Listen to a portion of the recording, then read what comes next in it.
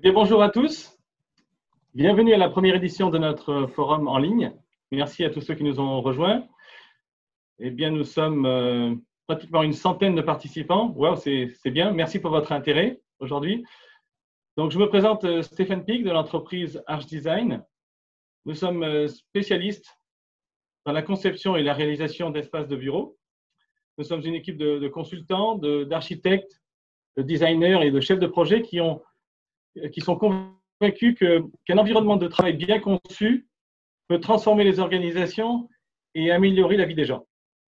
Au vu de la situation inédite que nous vivons, nous avons invité un panel d'experts pour vous donner leur vision sur comment anticiper le retour au bureau. Donc, bienvenue à Flavien, bienvenue à Julie et Nadège, qui ont accepté de nous présenter leur vision. On a 3 questions à leur poser sur une durée totale de 30 minutes. J'espère que vous en sortirez avec 2-3 idées positives que vous pourrez transposer vous-même dans votre entreprise. Donc, le sujet d'aujourd'hui, c'est comment anticiper le retour au bureau. Comment anticiper le retour au bureau? Alors, pour information, nous avons souhaité reproduire cet exercice dans les prochains jours. Et pour cela, nous sommes ouverts à vos suggestions sur un sujet qui vous tient à cœur. N'hésitez pas. Ou vous pouvez mettre aussi des questions dans la rubrique QR. Voilà, questions-réponses. Pour ceux qui vont nous inspirer, prochain webinaire, nous avons prévu quelques jolis livres en reconnaissance. Donc oui, c'est un livre de recettes, comme vous voyez, Art de la cuisine française. C'est un livre vous allez peut-être vous demander ce que vient faire un livre de recettes dans ce forum. C'est tout simplement parce que finalement, nous passons pas mal de temps à la maison et donc j'ai pensé que ça pourrait rendre service. Voilà.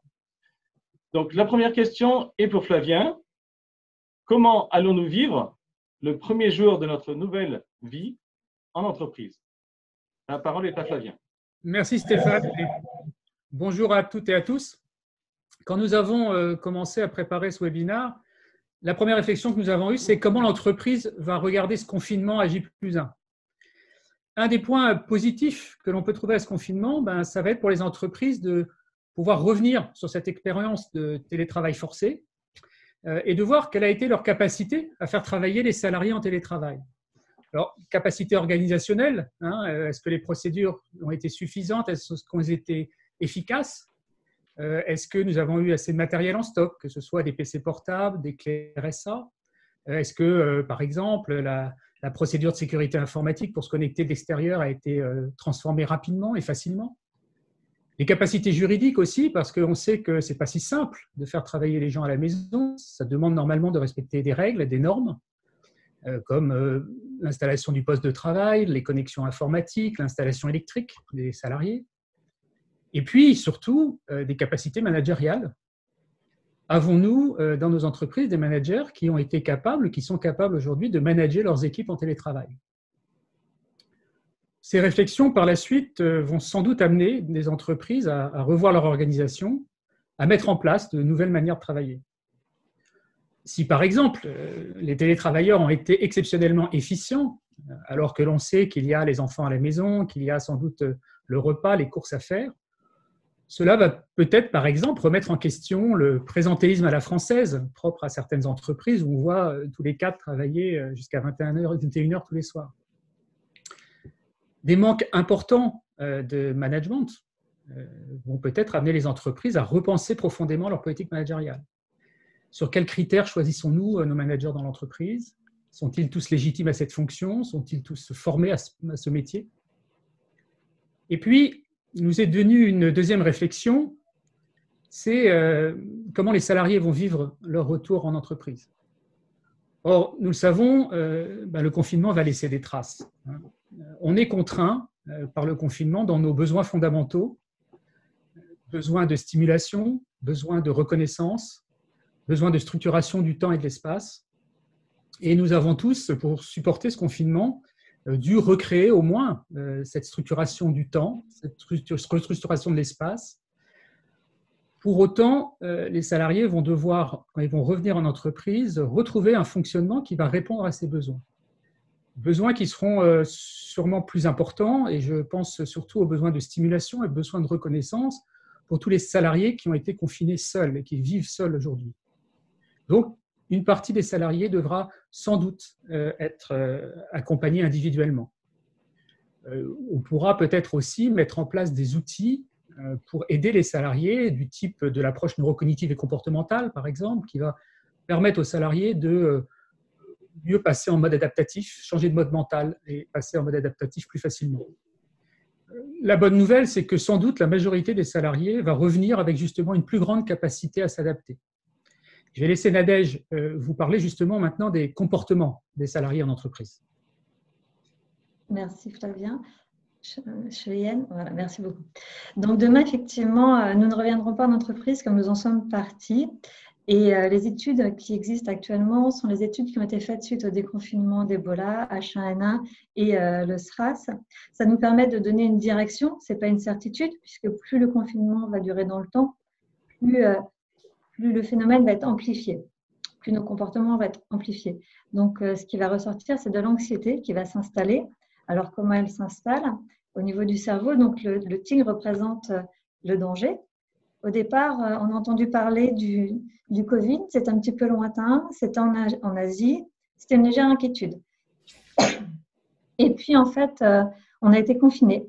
Et à partir de ce moment-là, la connexion a commencé à se renforcer en nous, on a pris conscience de ce danger. Et au fur et à mesure du confinement, on a eu de plus en plus le décompte en fait, des morts tous les jours, le nombre de personnes contaminées. Et donc, un petit peu comme quand petit, on apprenait en fait nos tables de multiplication, l'information s'est renforcée et descend progressivement dans les couches. Et c'est là, dans les couches du cerveau, et devient donc un peu automatique, comme l'était nos multiplications. Et c'est à ce moment-là, en fait, que les managers ont leur rôle à prendre en place. Donc, bien évidemment, ils vont devoir eux aussi être accompagnés, mais en fait, ils vont aider les collaborateurs, puisqu'en fait, en verbalisant la peur et le danger, ça permet de sortir ce danger, de le verbaliser, de l'identifier, et il ne nous colle plus à la peau. Donc là, il y a un réel intérêt, puisqu'en fait, on a tous la crainte de l'infection pour nous et nos proches, on a de la frustration, de l'ennui, on a des informations qui sont inadéquates. Alors oui, moi je pensais plus à apporter une touche, on va dire, un peu plus positive et essayer de voir les opportunités que cette crise peut également apporter. On est bien conscient que cette crise sans précédent, elle aura des retombées pas seulement positives, hein, mais avant de pouvoir parler de la performance des employés et donc de l'entreprise en général, il est évident qu'il va falloir placer l'humain au centre des priorités, qu'il va falloir s'assurer de leur bien-être. Et aussi bien au niveau physique que moral, ça sera vraiment primordial pour assurer non seulement la survie de l'entreprise, mais aussi son développement, puisque l'entreprise a tout de même envie de continuer à évoluer et à croire en l'avenir et à réussir. Et dans un premier temps, l'une des priorités sera évidemment centrée au sein de la sécurité des employés, la protection, l'hygiène, tous ces phénomènes qui sont liés à cette crise et à cette période de confinement. En revanche, il est quand même important de rappeler que chaque employé aura sans doute vécu ce confinement d'une façon différente.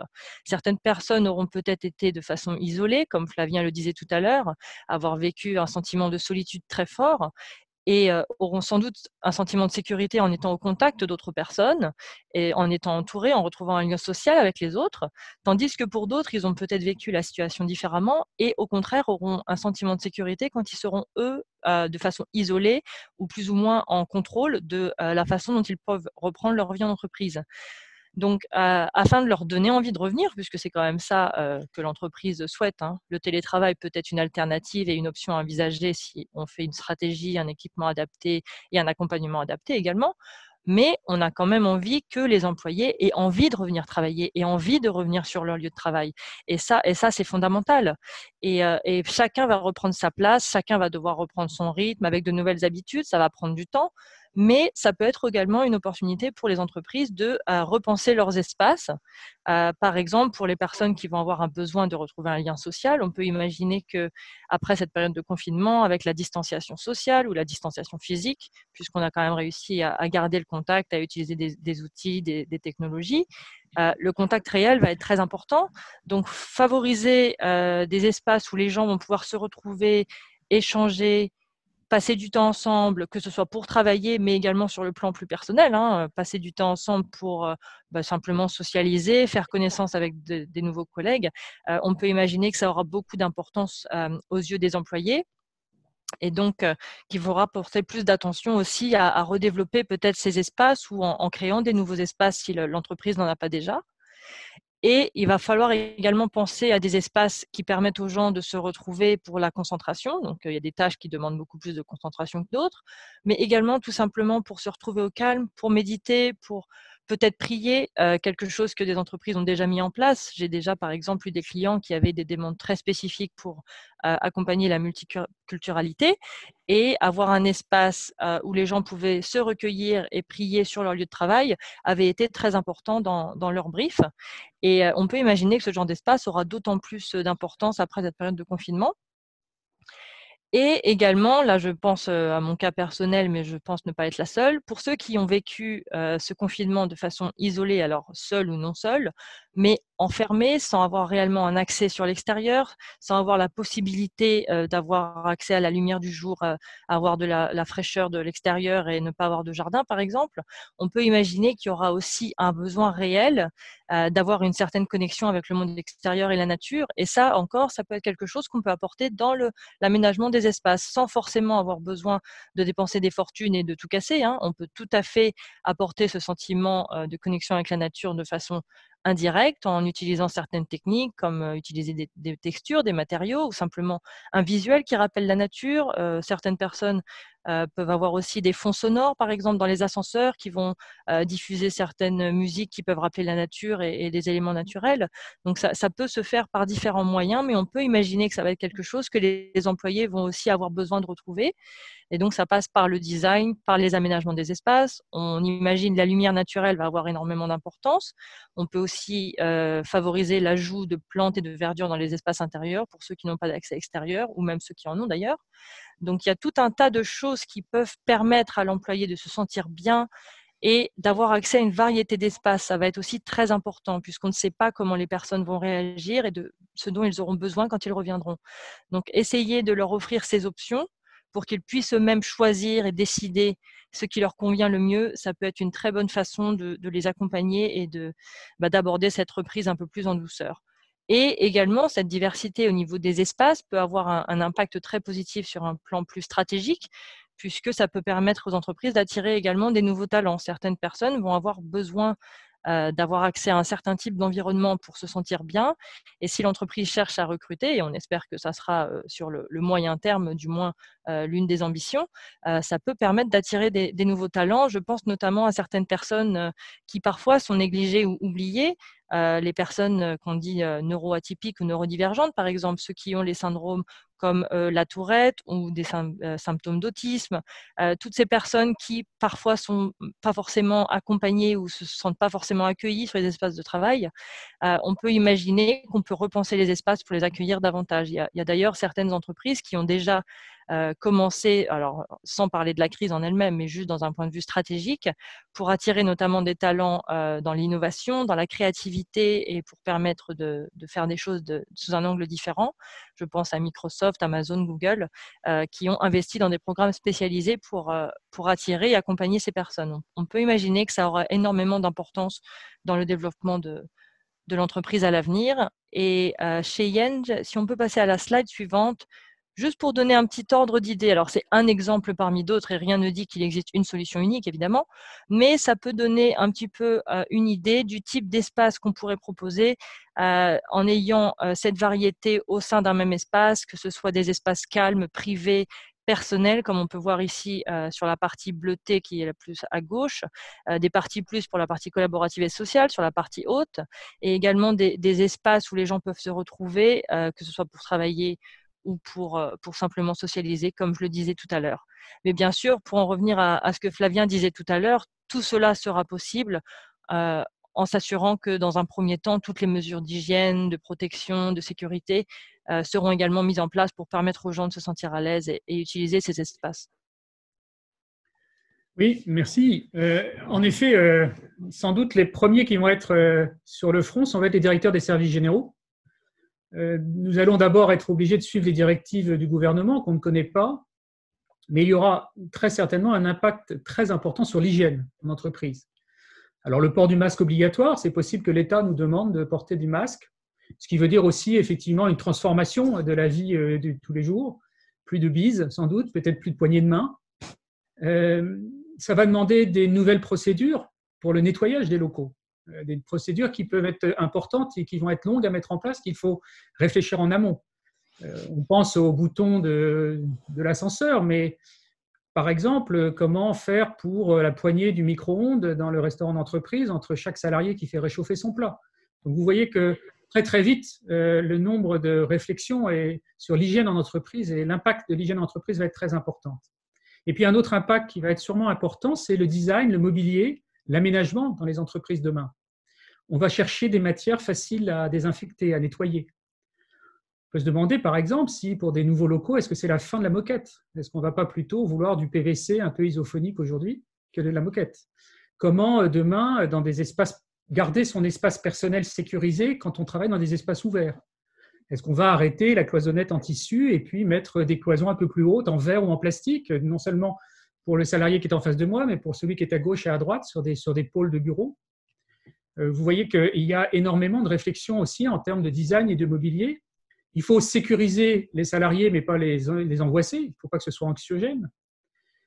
Des entreprises qui ont vraiment à réfléchir très vite, c'est toutes les entreprises, par exemple, qui sont passées en flex office. Est-ce qu'un salarié demain va accepter de venir travailler sur un poste de travail sans savoir qui a travaillé dessus 2 heures avant? Est-ce qu'il a été désinfecté ou pas? Donc, le flex office va sans doute poser problème aux salariés, peut-être aux syndicats, peut-être au CSE. De la même façon, les entreprises de coworking vont devoir réfléchir demain. On sait bien que dans le coworking, souvent, vous avez des bureaux de 120 par 60, puisqu'on veut minimiser les surfaces. Donc, on n'est pas à 1,50 m de la personne qui travaille en face de soi. Et puis, on va partager des espaces communs avec des salariés de différentes entreprises, dont on ne sait pas si les procédures données aux salariés sont les mêmes que pour mon entreprise. Est-ce qu'ils sont aussi bien formés à l'hygiène? Donc, vous voyez, il va y avoir effectivement tout un tas de réflexions importantes et d'impacts importants sur le design immobilier. On va sans doute aussi voir arriver, grâce à l'intelligence artificielle, de nouvelles applications, peut-être des applications vocales, par exemple pour appeler l'ascenseur, pour ne plus avoir à appuyer sur le bouton. Dans tous les cas, être en sécurité sera sûrement une demande des salariés importante.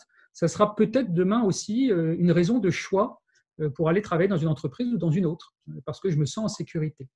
Donc, il y aura des procédures importantes à mettre en place avec les CSE, des discussions à avoir avec les syndicats, donc un travail très important avant tout pour la direction des ressources humaines, retrouver du sens dans le travail et recréer un sentiment d'appartenance à l'entreprise. Très bien. Merci Flavien et Julie pour cette question.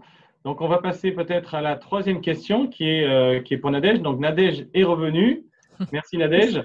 Donc, la question pour Nadège, c'est comment recréer un sentiment d'appartenance dans une entreprise repensée? Alors, pendant quelques semaines, on a gardé le contact grâce au digital, ou pas quand ça se coupe, effectivement. Mais on a aussi appris à mettre une certaine distance sociale qui s'est mise en place avec des gestes barrières et un phénomène de distanciation. On s'en est tous rendu compte. Dans la rue, on s'éloigne un petit peu des gens. Et du coup, suite à ça, il va falloir repenser. On va falloir repenser effectivement et réapprendre à vivre ensemble, à vivre comme une équipe. Cheyenne, est-ce que tu peux mettre la slide? Merci beaucoup. Donc là, en fait, c'est les 3 stades de l'équipe modélisés par Vincent Lénart. Et on risque d'avoir en fait au retour en entreprise un groupe d'individus avec un leader et effectivement une somme d'individus en dessous. Donc le leader va effectivement donner une directive et les personnes vont développer des talents qui sont propres à leur métier. Mais à cause effectivement des gestes barrières, du masque et de la distanciation sociale, dans un premier temps, il va être un petit peu compliqué de recréer une équipe. Puis petit à petit, on va avoir l'équipe constituée qui correspond un petit peu au fonctionnement en fait, d'une équipe de basket avec un leader qui distribue le ballon et des gens qui communiquent entre eux, mais pas encore une équipe en intelligence collective. Et l'équipe en intelligence collective est vraiment intéressante, surtout à la sortie de crise, puisqu'en fait, comme le disait Frankl avait survécu au camp de concentration, il avait identifié que les personnes qui vivaient le mieux cette période-là étaient celles qui avaient un sens. Donc là, l'équipe en intelligence collective a un leader porteur de sens.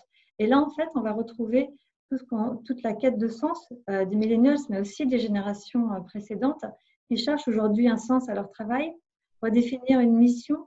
Quel est mon rôle dans l'entreprise? Qu'est-ce que j'apporte à l'entreprise? Qu'est-ce que mon service apporte en entreprise? Et ça va vraiment aider à recréer un sentiment d'appartenance au sein de l'équipe et au sein de l'entreprise. Après, je vais vous donner 3 exemples de choses qui peuvent être mises en place directement en entreprise. Sur la slide suivante, il y a les 3 exemples. Voilà, merci beaucoup. Le premier que vous pouvez faire vous-même ou en étant accompagné, bien évidemment, c'est au choix des équipes. C'est un triptyque qui utilise l'empathie d'un côté. Donc, l'empathie, c'est prendre le temps en entreprise d'accepter que chacun va avoir vécu le confinement différemment, que les situations personnelles de chacun sont différentes et donc il va rentrer avec un bagage émotionnel qui sera différent. L'ouverture d'esprit, ça veut dire être humble vis-à-vis de la situation. On ne sait pas comment on va retourner au travail, ça c'est clair. On ne sait pas si ça va être par vague, si ça va être par période. Donc, être ouvert, penser out of the box aussi et accepter cette période d'incertitude sans pour autant materner. Il faut aider à verbaliser et chaque équipe doit trouver les mots et ses nouvelles règles par rapport à ça. Et le dernier pilier qui est le dernier mais le plus important, c'est l'envie de réussir. L'envie de réussir au niveau de l'entreprise. Demain, on va se retrouver avec une entreprise qui va potentiellement avoir été affaiblie par cette période. Et l'envie de réussir, c'est comment je pense différemment au sein de l'entreprise pour justement me réinventer avec tout ça.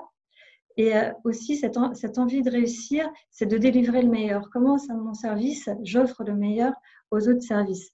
Au niveau RH, c'est comment j'accompagne, comment je fais le retour en entreprise. Pour les équipes logistiques, c'est comment je mets au service des autres le meilleur. Et là, c'est vraiment les équipes elles-mêmes qui doivent se poser la question, bien sûr au retour, mais ponctuellement. Et chaque personne peut s'identifier dans les cercles et se dire, OK, comment je fais pour m'améliorer et améliorer mon équipe. Donc là, ça aide à se retrouver au niveau de l'équipe, à se redonner une mission et aller au-delà. Et le fait de se redonner cette mission aide l'esprit en fait à se reprocher dans quelque chose de beaucoup plus positif et d'ouvert vers demain. Il faudra bien évidemment continuer de célébrer.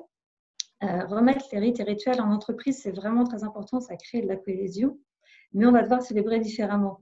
On ne pourra plus laisser le paquet de Resta Gala à disposition sur le bureau, ni même faire les croissants comme on les faisait hier, le vendredi matin, souvent il y avait les croissants ou peu importe le jour. En équipe, il y avait des petites choses comme ça. Il va falloir le faire différemment demain. C'est aussi se réinventer, c'est être adaptable et finalement c'est avoir une certaine souplesse dans notre esprit, dans notre manière de penser. Et la dernière, qui est la plus importante, c'est le partage de l'expérientiel. L'expérientiel est quelque chose de très fort parce qu'il crée des émotions. Et les émotions permettent de recréer du lien, de partager ensemble quelque chose de fort. Alors, pas besoin effectivement de forcément partir très loin. Ça peut être déjà dans un premier temps au niveau de son espace, en équipe, repenser son espace au sein de son environnement pour être mieux. Et avec le temps, pourquoi pas effectivement faire de l'expérientiel avec quelque chose de beaucoup plus fort, avec de l'émotion et être accompagné pour recréer une dynamique de groupe beaucoup plus forte. Et Julie va vous parler de justement recréer le sentiment d'appartenance, mais au niveau de l'entreprise et pas uniquement au niveau de l'équipe. Oui, merci Nadège. Oui, en effet, alors on peut réutiliser les mêmes symboliques que vous avez à l'écran. Se réinventer pour l'entreprise et dans le sens plus collectif sera évidemment très important. On peut imaginer qu'après cette crise, les entreprises vont devoir revoir leur stratégie, revoir leur mission, leurs valeurs, leur vision, et ça va évidemment avoir un impact également sur leur culture. Donc tout ça va être modifié, ça va nécessiter des adaptations. Et ce qui va être très important, c'est comment ces nouvelles stratégies, missions, valeurs, etc. vont être communiquées. Et communiquées dans le sens au niveau des employés, donc au niveau de la partie directe, la communication avec les employés. Alors, bien sûr, il va falloir les informer. Les choses vont être vraiment différentes de ce qu'ils ont laissé. Ils vont découvrir l'inconnu. Personne ne sait réellement combien la période de transition va durer et il y aura évidemment un avant la crise et un après la crise. Donc, la communication est fondamentale. Et il faut également les rassurer, même si on ne peut pas forcément prévoir ce qui va arriver et comment les choses vont se profiler à l'horizon. Mais les rassurer sera très important. Donc, l'accompagnement, comme le disait Nadège, mais simplement même la communication, les tenir informés de l'évolution des choses, des changements, des choses auxquelles ils doivent s'adapter et surtout des raisons pour lesquelles les décisions ont été prises. Et ça, c'est très important. L'employé doit réussir à s'identifier dans ce process collectif. Il y a des choses qui arrivent au niveau de l'entreprise et tout le monde est impacté à la même échelle. Il y a des choses qui arrivent au niveau des équipes et ça, Nadège l'a très bien expliqué. Il y a également des choses qui vont sûrement se produire sur le plan personnel.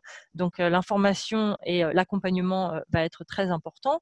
Et il va falloir les accompagner pendant la phase de transition. Donc, leur expliquer les changements, ça peut être des nouvelles habitudes à adopter, ça peut être des nouveaux outils à utiliser, il y aura peut-être une formation à envisager, il y aura des nouvelles façons de se comporter, des nouvelles façons de travailler avec ses collègues. Donc, tout ça va devoir être communiqué de façon claire, de façon honnête, de façon précise. Et il va y avoir plusieurs moyens aussi de faire cette communication pour les motiver et leur donner envie d'y croire et de voir l'avenir d'une façon positive. Ça, c'est très important. En ce qui concerne la communication, il est important aussi de répéter les messages et d'utiliser différentes méthodes de communication. Certaines personnes vont être plus sensibles à du face-à-face et c'est ce qu'il faudra privilégier en priorité quand l'occasion se présente. Mais évidemment, la communication par écrit sera très importante. La communication par support visuel est également très, très importante et certaines personnes y seront plus sensibles. Et surtout, il faut éviter que les rumeurs se propagent. Il faut que l'information soit claire et que l'information soit consistante. Il ne faut pas que les gens aient l'impression qu'ils entendent différents messages et qu'il y a différentes histoires qui sont en train de se créer. Il faut vraiment avoir un message très clair et le communiquer de façon persistante. Et il y aura également une communication plus avec le monde extérieur. Il ne faut pas oublier que si l'entreprise se réinvente, il va aussi falloir véhiculer ce message et cette nouvelle image en dehors de l'entreprise elle-même.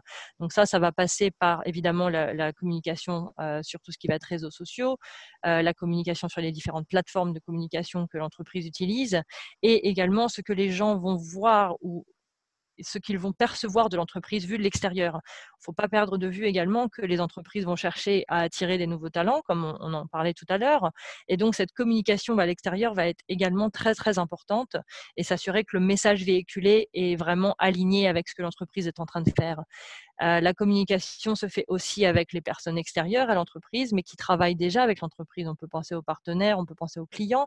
Il va falloir accompagner également ces personnes quand ils vont être amenés à revenir sur le lieu de travail pour discuter avec les employés ou travailler. Ces personnes-là aussi auront besoin d'être informées, d'être rassurées et d'avoir les clés en main pour être capables de revenir et revenir à un mode normal. Et aussi se réinventer, ça peut passer par d'autres choses. On parlait tout à l'heure de revoir ces espaces, repenser ces espaces. Ça peut également passer par ce qu'on appelle le branding, c'est-à-dire que cette nouvelle image que l'entreprise souhaite véhiculer va devoir être reflétée dans l'espace lui-même. Si, par exemple, la nouvelle valeur de l'entreprise est vraiment centrée sur le bien-être des employés, il faut évidemment que les espaces reflètent cette direction. Donc, il y aura aussi un travail à faire et là encore, on n'est pas obligé d'imaginer qu'il faut tout changer.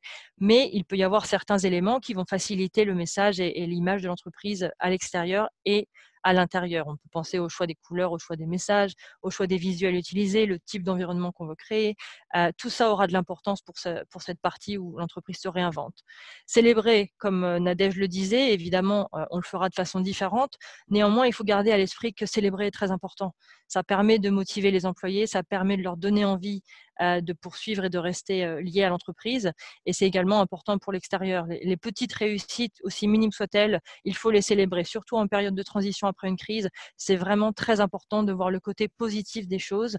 La situation peut apporter des opportunités, il faut les mettre en avant. Il faut aussi informer les employés des actions et décisions qui sont prises et des retombées que ça a sur leur façon de travailler et leur façon d'être.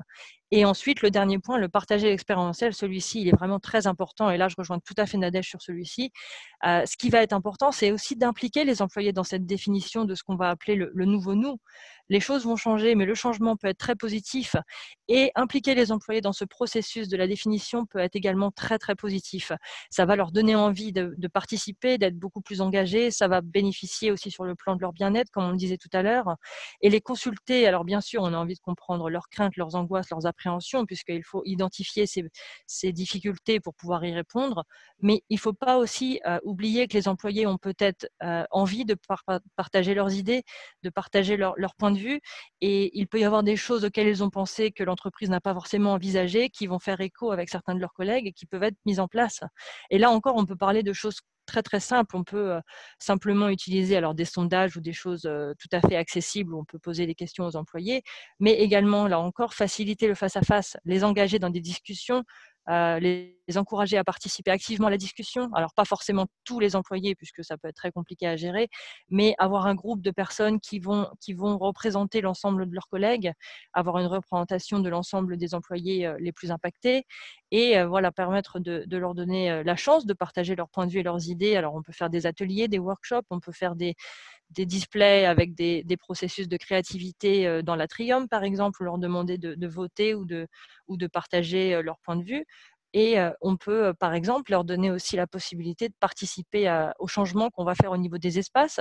Et ça peut être des choses très simples. Ça peut être donner leur avis sur un type de mobilier si on souhaite le changer. Ça peut être donner un nouveau nom à un espace ou transformer un espace pour en faire quelque chose d'autre. Mais leur permettre de participer et de contribuer à cette définition. Ça sera, je pense, quelque chose où les employés seront très sensibles. Ils auront ce rôle à jouer. Ils auront le sentiment d'être entendus. Il y aura un accompagnement et ils pourront participer de façon active. Et là, je pense que c'est primordial pour s'assurer de leur bien-être.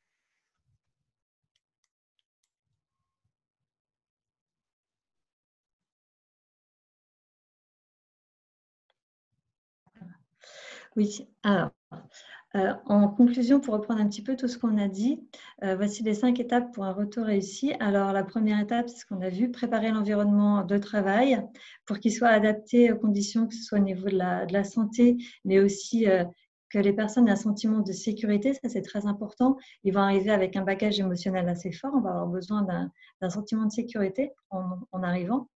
Former les managers, donc dès maintenant pour l'accompagnement à distance dans cette période un petit peu compliquée, les accompagner pour qu'ils puissent recevoir les messages forts de leurs collaborateurs, mais aussi pour le retour, puisque le retour va être aussi compliqué. Effectivement, nos comportements vont changer, il y aura des comportements qui vont être devenus, qui vont arriver avec une certaine anxiété, donc il va falloir adapter. Préparer les vagues d'arrivée, puisqu'il est fort probable qu'on ne rentre pas tous ensemble en même temps en entreprise. Donc, préparer au niveau RH, qui arrive à quel moment. Préparer avec la logistique, bien évidemment, et préparer avec les managers. Impliquer les managers pour savoir quelles personnes ils font, comment ils vont s'organiser au sein des équipes. Étape 4, ça va être accompagner la mise en place de nouvelles règles. Puisque, comme le disait Flavien, il est peu probable qu'on se refasse la bise, enfin ça c'est même sûr, et qu'on se serre la main, c'est peu probable demain. Donc il va falloir réinventer ces règles-là, ces règles sociales, mais aussi les règles d'usage en entreprise pour que tout fonctionne bien. Et recréer l'esprit d'équipe sera essentiel demain pour que l'entreprise soit engagée et performante demain dans le retour à la vie de l'entreprise. Je laisse le mot de la fin à Julie. Moi, je souhaitais seulement qu'on puisse finir sur une note assez positive aussi. Hein. Évidemment, on est tous inquiets sur l'avenir et l'inconnu fait peur. Mais en revanche, et la citation de Darwin à l'écran l'illustre très bien, l'une des meilleures façons de passer ce cap et vraiment d'avancer et de se concentrer sur l'avenir, c'est en s'adaptant au changement. Il n'y a pas d'autre meilleur moyen que de prendre la situation, d'en tirer des leçons, de voir les choses positives qui peuvent aussi en retomber. Il y aura des choses plus négatives, mais il y aura aussi des choses positives. Il y a aussi des opportunités qui vont se présenter et des façons de revoir les choses qui vont permettre aux employés, aux entreprises de réussir. Et ça, c'est très important. Donc, il faut garder ça en tête. Le changement, on ne sait pas combien de temps la transition va durer. La route est peut-être longue pour certains, mais il y aura des bonnes choses à la fin. Et en s'adaptant au changement, c'est la meilleure façon de franchir le cap. Très bien, restons positifs. Donc, merci Julie, merci Nadège, merci Flavia pour votre participation. Merci à tous ceux qui ont participé aujourd'hui, c'était super. Donc, merci pour vos suggestions et les questions qui nous sont parvenues. Donc, voilà, ArchDesign peut vous accompagner, peut accompagner les managers et les équipes dans vos évolutions. Voilà, donc nous allons vous faire parvenir un document de synthèse. Vous allez le recevoir très prochainement et restez connectés. Je vous dis à bientôt. Merci.